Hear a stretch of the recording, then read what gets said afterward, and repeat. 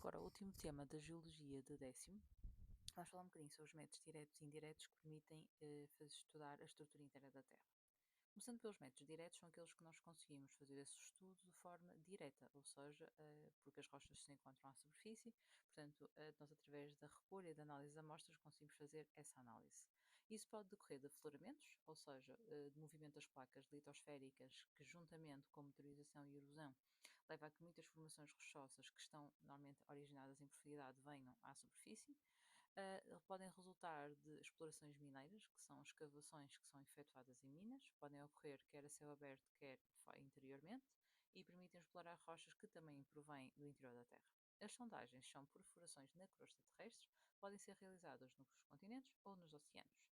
Ao nível continental, a sondagem mais profunda que foi realizada foi realizada a uma profundidade de cerca de 12 km, enquanto que no mar foi realizada a cerca de 2 km abaixo do fundo oceânico. E por último, a atividade vulcânica, ou seja, os estudos materiais que são emitidos pelos vulcões também permitem conhecer características de substâncias que provêm do interior da Terra. A ascensão de magma em direção à superfície acaba por arrancar fragmentos das rochas do manto, que é o que nós chamamos de xenólitos, e desta forma é possível saber que o manto superior, por exemplo, é constituído por rochas mais densas, que são chamadas de peridotitos. Os métodos indiretos baseiam-se na interpretação de dados que são obtidos no chamado âmbito da geofísica. Incluem a sismologia, o geomagnetismo e a geotermia. Portanto, eles vão fornecer dados sobre as zonas profundas da Terra. E, no fundo, também é isso que nos permite fazer esta divisão química da estrutura interna da Terra, em que nós conseguimos dividi-la em crosta, manto, núcleo externo e núcleo interno, com base na sua composição química. O núcleo interno é constituído unicamente por ferro e níquel, mas, no entanto, quando passamos para o núcleo externo, para além de ferro e níquel, também numa elevada percentagem, também contém enxofre e oxigênio. Já no manto e na crosta temos muito mais oxigênio e silício. No entanto, também temos outros componentes, como no caso do manto temos magnésio em elevada percentagem.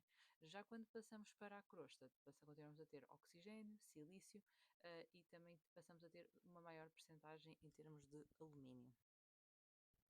Já a sismologia, portanto, ela vai fornecer-nos dados sobre o interior da Terra, com base no estudo de como as ondas sísmicas se propagam, em termos de velocidade e trajetória.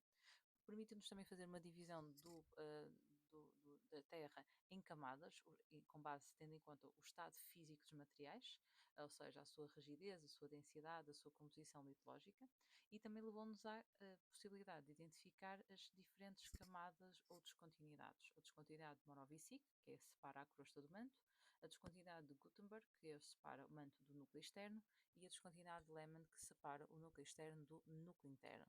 Acabou por também nos levar a descobrir a presença de uma zona de baixa velocidade das ondas PIS, ainda no manto, que é o correspondente à estenosfera. O estudo do geomagnetismo está relacionado com o estudo do campo magnético da Terra. Portanto, o campo magnético resulta de correntes de convecção que decorrem nos materiais do núcleo, ferro e níquel. Atualmente, o campo terrestre tem polaridade normal e as inversões de campo magnético que ocorreram ao longo da história da Terra ficam registadas em rochas com minerais ricos em ferro. Aqui nós podemos identificar dois tipos de anomalia. Anomalia negativa, que está associada a uma intensidade de campo magnético de uma região a ser menor do que era previsto, e positiva se a intensidade de campo magnético de uma dada região é maior do que é esperado. Por isso, estudo o geomagnetismo e estudo a geotermia, que está relacionado com o estudo com base no calor interno da Terra. E este calor interno resulta quer da energia térmica, que está acumulada durante a formação do planeta, quer do caimento de elementos radioativos que se encontram no seu interior. A temperatura do planeta aumenta com a profundidade, mas este aumento da temperatura não é constante. E aqui convém fazer a distinção entre dois termos, que é o gradiente geotérmico e o grau geotérmico. E, na verdade, o gradiente e o grau geotérmicos são variáveis opostas, ou seja, o gradiente geotérmico é medida de variação da temperatura por quilómetro de profundidade. Já o grau geotérmico corresponde ao número de metros que é necessário percorrer em profundidade para que o aumento da temperatura seja de 1 grau. Portanto, enquanto que o gradiente geotérmico está relacionado com a variação de temperatura, nós, quando queremos um elevado gradiente geotérmico, queremos que essa variação de temperatura ocorra rapidamente. E, portanto, se nós tivermos que percorrer muitos metros, que isso significa que a um grau geotérmico superior, significa que vamos ter um gradiente menor. Por isso, o gradiente geotérmico é elevado em zonas de rift e nos pontos quentes, enquanto que o grau geotérmico diminui nestas regiões, pois não é necessário percorrer muitos metros em profundidade para que a temperatura aumente 1 grau. Por isso, resumindo, nós temos então contributos diretos e indiretos. Os diretos estão relacionados com afloramento, ou seja, identificação da composição química de rochas que estão formadas na crosta e no manto superior. Sondagens ultraprofundas, identificação da composição química da crosta. Os xenólitos, identificação da composição química do manto superior. A análise de lavas, identificação da composição química da base da crosta e do manto superior, e outros, como o estudo de paisagens geológicas, cortes mineiros, etc. Os indiretos temos a geotermia, que é a variação da temperatura em profundidade. Temos a gravimetria, que é a variação da densidade no interior da geosfera. O método sísmico, que avalia a rigidez, densidade e incompressibilidade dos materiais da geosfera. E o geomagnetismo, que está relacionado com o facto de o núcleo ter uma composição metálica e também a sua fluidez na parte exterior. Ou seja, isto tudo vai coincidir então na forma como nós observamos a estrutura interna da Terra e acabamos por nós podemos classificá-lo segundo dois modelos, o modelo geoquímico e o modelo geofísico. O modelo geoquímico, como vai ter em conta a composição química dos materiais, nós conseguimos, segundo este modelo, utilizamos essencialmente dados que são fornecidos por sondagens, vulcanologia, sismologia, geomagnetismo e leva a que nós tenhamos uma visão da Terra dividida em 3 camadas: crosta, manto e núcleo. Portanto, ele baseia-se essencialmente nestas tais diferenças de composição química. O que é que nós podemos dizer sobre a crosta? A crosta é a camada com menor espessura, corresponde a cerca de 0,4% da massa do planeta e é constituída por silicatos de alumínio, cálcio, sódio, potássio, ferro e magnésio. Nós já tínhamos visto naquele gráfico. Portanto, tem menor densidade do que os materiais que se encontram a maior profundidade. Um, a partir dos dados que nós falamos de sondagens, vulcanologia, sismologia, permite determinar que a velocidade das ondas sísmicas, portanto, e as sondagens apontam para dois tipos de crosta: crosta continental e crosta oceânica. A crosta continental tem maior espessura, é de natureza normalmente granítica, rica em silício e alumínio, já a oceânica tem menor espessura e é essencialmente basáltica e rica em silício também, mas magnésio. A crosta encontra-se separada do manto através da descontinuidade de Morovicic e constitui parte da litosfera.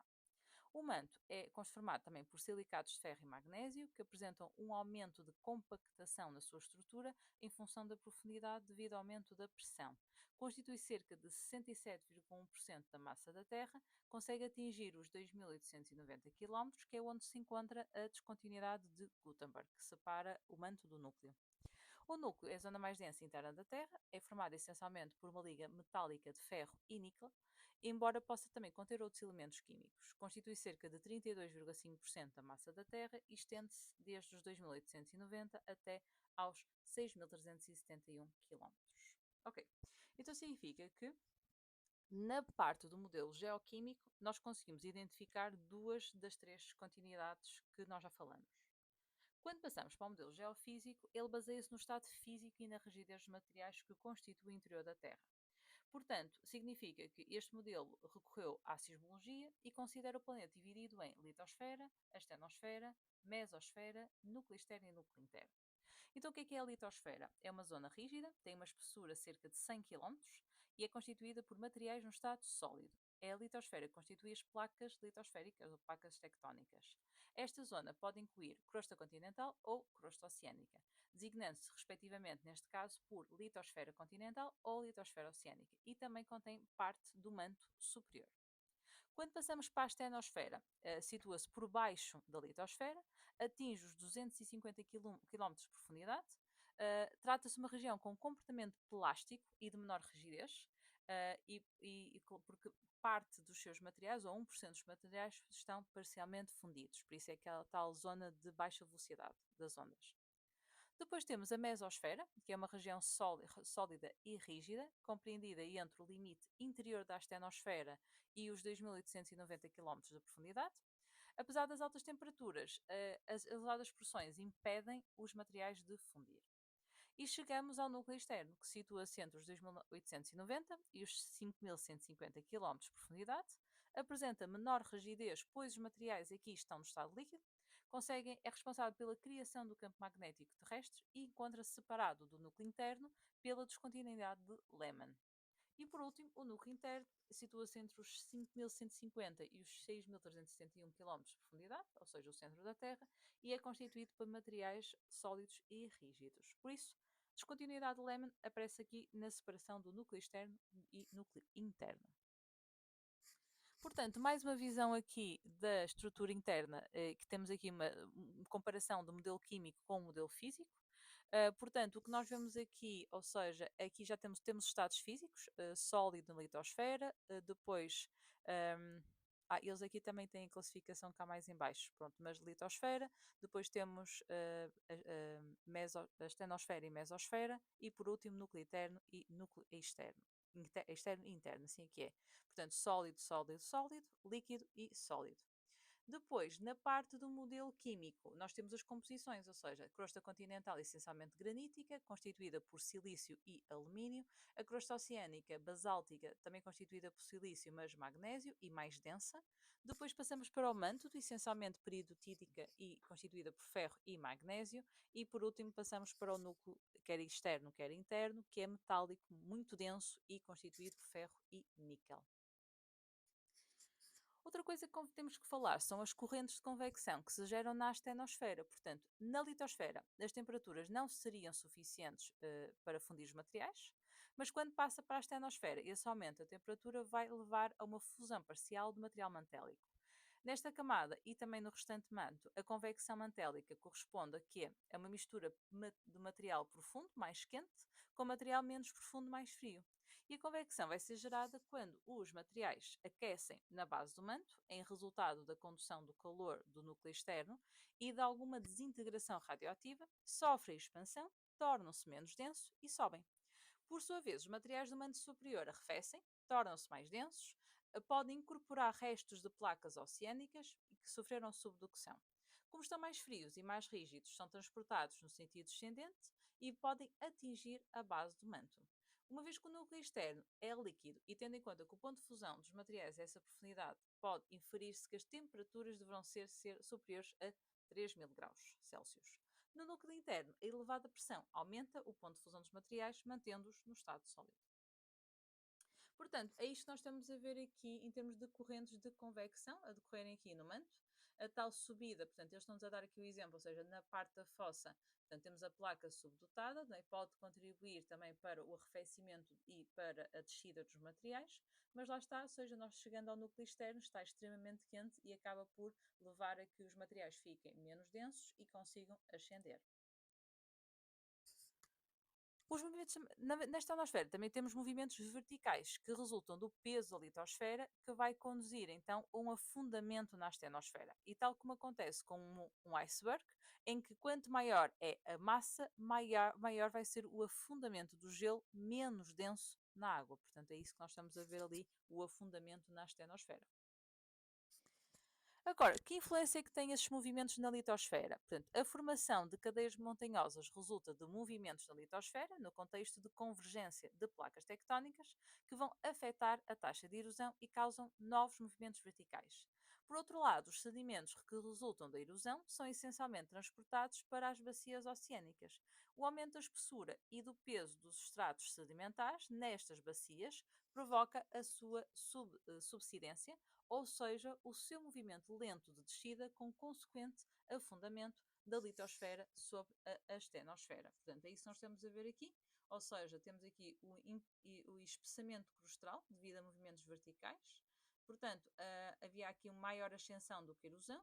Depois, os movimentos verticais vão levar a uma redução da ascensão e uma maior erosão, e isso depois aumenta consequentemente a erosão. E chegamos ao fim da revisão de Geologia de 10º, o que significa que vamos passar para terminar também a matéria de 11º. Espero que estes vídeos vos tenham sido úteis e vemos no